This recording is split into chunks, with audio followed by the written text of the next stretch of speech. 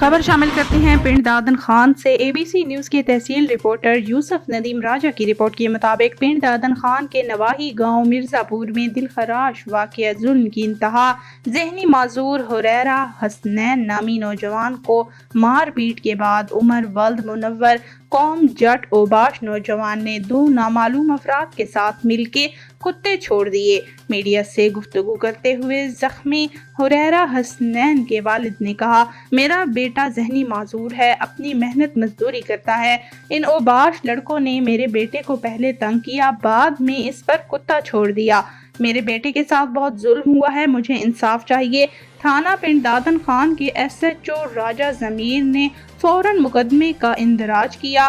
ملزمان کی گرفتاری کے لیے پولیس کی ٹیمیں روانہ۔